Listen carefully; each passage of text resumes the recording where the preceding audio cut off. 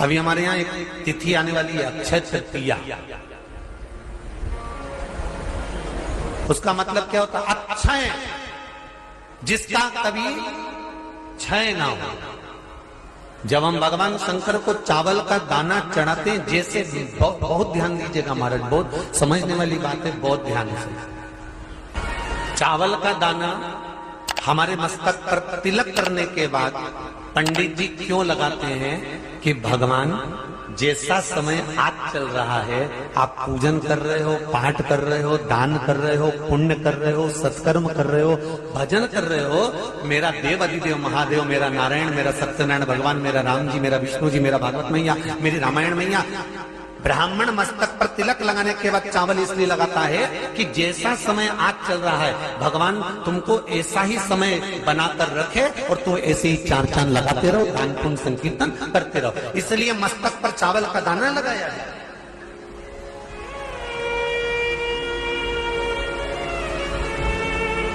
शंकर जी को चढ़ाते क्यों है, पहले तो वो समझ। बेलपत्री का तो महत्व आपको बार बार बताया कि बेलपत्री शिव जी को क्यों चढ़ाई जाती है, कहीं रोग के लिए, कहीं बीमारी के लिए, कहीं किस कार्य के लिए, कहीं कोई कार्य के लिए, कहीं कोई कार्य के लिए। चावल का दाना अगर हम शंकर भगवान को चढ़ा रहे हैं तो क्यों चढ़ा रहे हैं, उसका कारण क्या है? चावल का दाना शिव को चढ़ाने का केवल एक कारण रहता है कि चावल को अक्षत कहते हैं।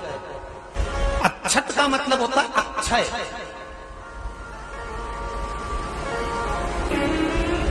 कोई मर जाता है, मरने के बाद जब तक पगड़ी नहीं होती तब तक माथे पर तिलक, चावल का दाना लगाया जाता है। जम के बोलो जरा, नहीं लगाते। किसी पंडित जी से पूछो, ब्राह्मण देवता से पूछो, ब्राह्मण देवता ये कोई मर गया, और हमारा तो नियम है कि हम सिर पे तिलक लगाते हैं, चावल लगाते हैं, या पंडित जी से हम तिलक लगवाते हैं, मंदिर जाते हैं तो मंदिर में जाके तिलक लगवा के हम चावल का दाना लगवाते हैं। क्यों नहीं लगाते? उसका कारण क्या है? जब किसी के मरने के बाद 10 दिन तक, 12 दिन तक मस्तक पर तिलक क्यों नहीं लगाया जाता? 10-12 दिन तक माथे पर तिलक या चावल क्यों नहीं लगाया जाता? उसका कारण है कि ये जो समय आया है, तुम्हारे यहाँ जो गमी हुई है, तुम्हारे यहाँ कोई मर गया है, तुम्हारे यहाँ किसी के प्राण छूट गए हैं, तो ब्राह्मण इसलिए तिलक नहीं लगाता आपको, इसलिए चावल का दाना नहीं लगाता कि ऐसा दिन भगवान अब ना लाए, इसको अमर ना करे, इसको अक्षय ना करे, इसको प्रबल ना करे।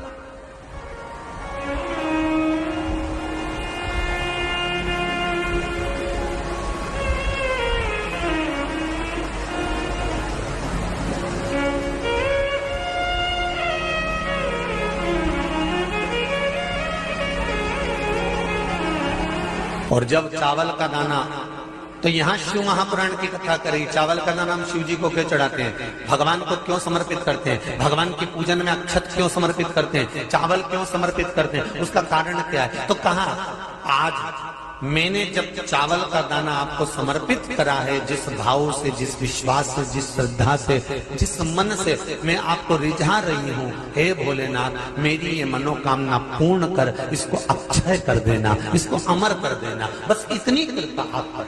उसका मतलब क्या होता है? अक्षय, जिसका कभी क्षय ना हो। कई लोगों ने महत्व को बिगाड़ दिया के दिन सामान लेकर आना है, चांदी का बर्तन लेकर आना है, ये सामान लेकर आना है, वो सामान लेकर आना, लाओ, मना नहीं है। हिंदू धर्म में ये रीति रही है, कोई सामग्री खरीदी जाती है, पीतल की, तांबे की, कोई वस्तु हम खरीदते हैं, पर आज का समय का जो फैशन बढ़ता गया तो कहा साहब चांदी के बर्तन खरीदना जरूरी है, चांदी का सामान खरीदना जरूरी है, सोने का पात्र, सोने की वस्तु खरीदना जरूरी है, ये सामग्री खरीदना। तो यहाँ शास्त्र नहीं कह रहा कि महाराज इतने महंगे महंगे पदार्थ खरीदो और घर में कर्जा कर लो। शास्त्र तो यह कहता है कि पूजन करना है आपको, अगर आप एक सामग्री भी लेकर आ रहे हैं तो उसमें आपका भाव जुड़ा होना चाहिए, कर्जा नहीं जुड़ा होना चाहिए। और एक निवेदन आप लोगों से भी है, तीज आ रही है, अक्षय तृतीया, सत्तू का प्रयोग अवश्य करना, करोगे ना? उसका दान अवश्य करना। कोई आए उसको थोड़ा सा सत्तू अवश्य खिलाना। 3 चीजें होती हैं सत्तू में, गेहूं, चने की दाल, जौ इनको गलाया जाता है, रात भर गलाने के बाद इसको फिर सेका जाता है, सेक कर पिसाया जाता है, फिर उसका प्रयोग किया जाता है। महाराज चाहे फिर उसको घोल कर आप शक्कर के साथ, गुड़ के साथ, नमक के साथ, जीरे के साथ, पुदीना के साथ, जिसके साथ तुम्हें खाना है वो तुम्हारे ऊपर, पर दान करना सत्तू का जरूर है। एक चुटकी मात्र भी अगर सत्तू आपने दान किया है बैसाख महीने में, उसका फल जरूर मिलेगा, जरूर प्राप्त। बैसाख के महीने में एक पकवान बनता है शंकर जी का,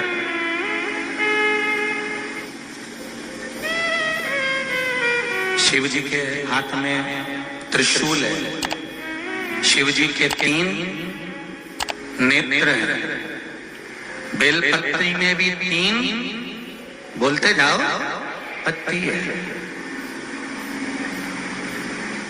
बैसाख के महीने में जो शंकर भगवान को प्रसाद का भोग लगता है उसमें भी 3 ही चीज मिलती है, सत्तू,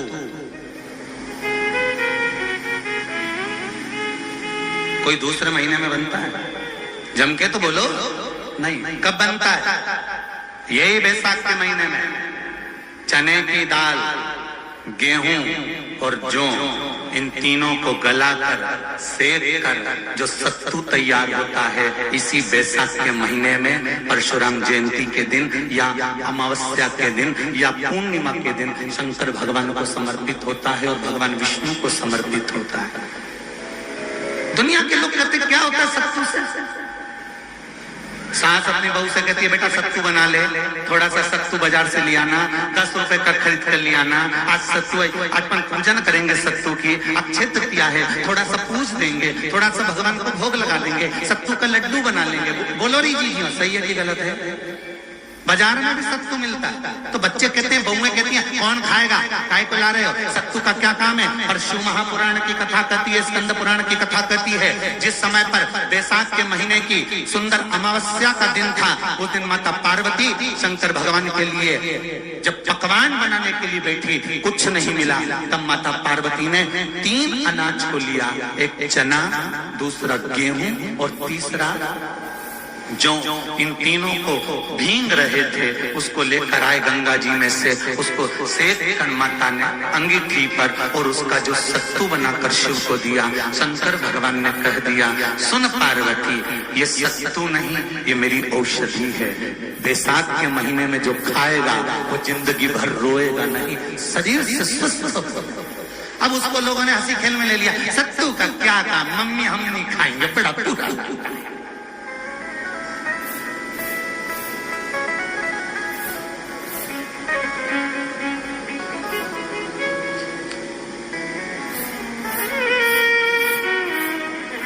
शिव जी का एक एक चीज,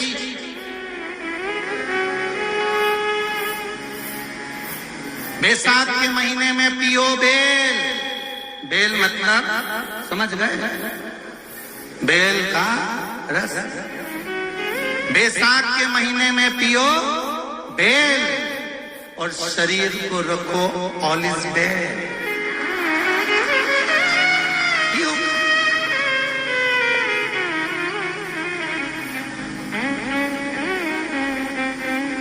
शरीर बेकार नहीं होगा, शरीर बेकार नहीं हो सकता। अब शिव आराधना तो करो। हाँ, जिंदगी की मोड़ पर शंकर परीक्षा बहुत लेते हैं, बहुत परीक्षा। और सत्तू चाइना से नहीं आएगा, इंडिया में बनेगा और बना भारत में ही।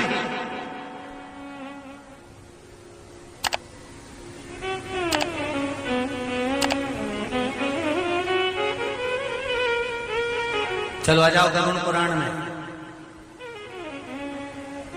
मरने का 47वां दिन, जब मरेंगे तब गरुड़ पुराण बचेगी, पहले सुन लो।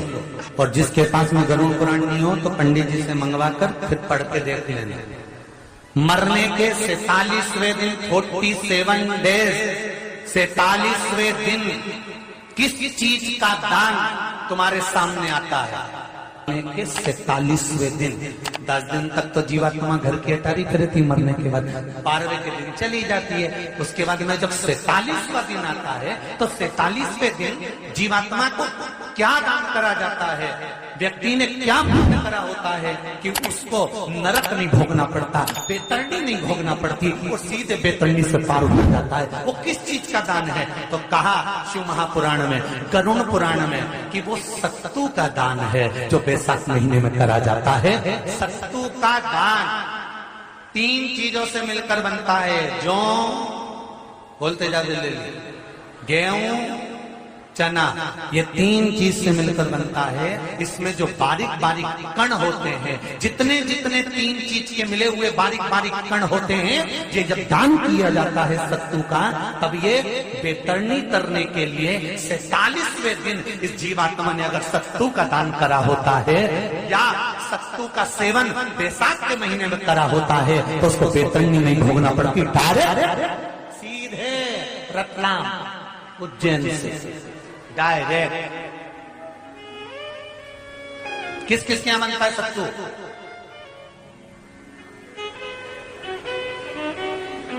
मैंने भी तो ये पूछा किस किस के यहां बनता है। मैं अभी थोड़ी ना कि अभी बन गया, बैसाख में बनता तो होगा।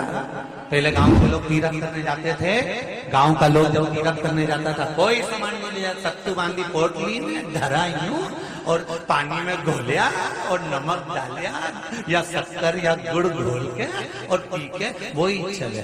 आज के अब जब सैनिक युद्ध करने जाता है, थक जाता है, बहुत थकान हो जाती है, जब उससे देखा जाता है तो सैनिक का जो कमांडर होता है वो सत्तू मंगवाता है और गिलास में घोल घोल कर पूरी सेना को पिलवाकर फिर युद्ध में उतार देता है। फिर युद्ध में साधारण नहीं है महाराज। सत्तू में जितने बारीक बारीक कण होते हैं, जितने बारीक बारीक कण, अब तुम्हें काम करना, अभी जब फ्री हो तो कागज पे रख के सत्तू का एक कण गिनना, 2 3 बारीक बारीक गिनते रहना जरा। तो तुम्हारा क्या जाए गिनने में? भगवान कृष्ण के हाथ में पट्टी बंधी थी तो उनने भी तो रुक्मणी को गिनने को दिया था, जरा गिन तो जरा इसमें कितने धागे। रुक्मणी ने कहा इसमें 9999 धागे हैं। भगवान ने कहा बस यही 9999 मुझे द्रौपदी को वापिस लौटाना है। गिन के लगा लो, अभी अभी लगा लो ऊपर, तो भगवान गिन के बता ही देगा कि तुमने जो सत्तू दान करा था, तुमने जो सत्तू खाया था, तुमने जो सत्तू भगवान को दिया था, सत्तू का लड्डू बनाकर तुमने बैसाख महीने में भगवान की जो पूजन करी थी, तो अमावस्या के दिन, पूर्णिमा के दिन या अक्षय तृतीया के दिन तुमने जो सत्तू दिया था, भगवान तो गिनती बता देगा कि सत्तू में कितना कण था। और अगर नहीं बताए तो तुम आंदोलन पे बैठ जाओगे। क्या हमें बताओ पहले हमने कितना सत्तू दिया था, उसमें कितने कण थे, बताना अपना।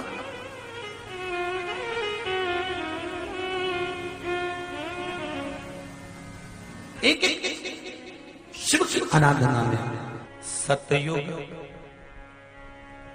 त्रेता, द्वापर और कलियुग, ये 4 युग जो है, इसमें सतयुग, त्रेता, द्वापर और कलियुग, उसमें जो त्रेता युग है उसका जो प्रारंभ हुआ था वो यही बैसाख के महीने से प्रारंभ हुआ था, माधव मास से प्रारंभ हुआ था। और इस पवित्र मास में कुर्म अवतार, हयग्रीव अवतार, नरसिंह अवतार, नरनारायण अवतार, परशुराम अवतार, गंगा अवतार,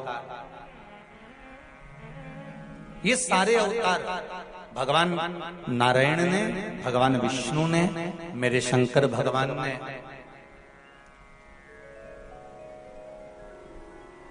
सरंभेश्वर अवतार, ओमकार अवतार, मल्लिकार्जुन अवतार, भीमाशंकर अवतार मेरे शिव ने इसी बैसाख के महीने में प्राप्त किया। मेरे नारायण ने परशुराम अवतार, नारायण अवतार, स्वयं हयग्रीव अवतार, कुर्म अवतार, नरसिंह अवतार, ये सारे जितने अवतार हैं मेरे भगवान विष्णु ने इसी वैशाख महीने में प्राप्त किया।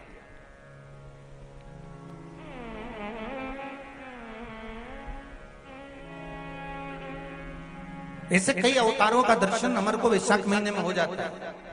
कभी एक विचार करिएगा कि नरसिंह अवतार वैशाख के महीने में हुआ, कुर्म अवतार वैशाख के महीने में हुआ, हयग्रीव अवतार वैशाख के महीने में हुआ, परशुराम अवतार वैशाख के महीने में हुआ, माता जानकी का अवतार वैशाख के महीने में हुआ। आखिर वैशाख के महीने में, माधव महीने में इतनी महत्वता क्यों?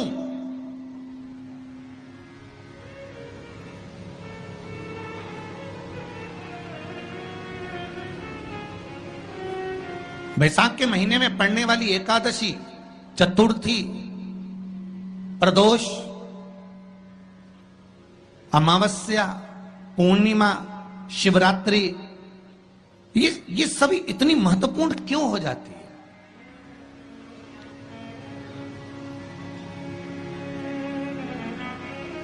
इसकी महत्वता इतनी प्रबल क्यों हो जाती है? किस लिए? क्योंकि वैशाख का जो महीना पड़ता है, सूर्य की संपूर्ण तपन, सूर्य देव अपने पूर्ण तेज के साथ में, पूर्ण तेज के साथ में मृत्यु लोक के निवासियों पर, चाहे जलचर हो, थलचर हो, वायुचर हो, चाहे जो जीव हैं, उस पर जब किरण फेंकते हैं तो संसार का जो मनुष्य है उस पर जब ताप पड़ता है तो ताप पड़ने के कारण उसके मुख से भगवान का नाम निकल ही जाता है, स्मरण नाम निकल ही जाता है। जब उसके मुख से भगवान का नाम निकलता है तो वो भगवान की शरणागति खुद ग्रहण कर लेता है स्वयं।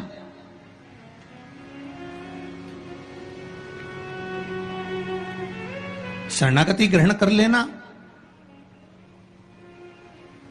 बैसाख की पोथी पढ़ते हो आप लोग?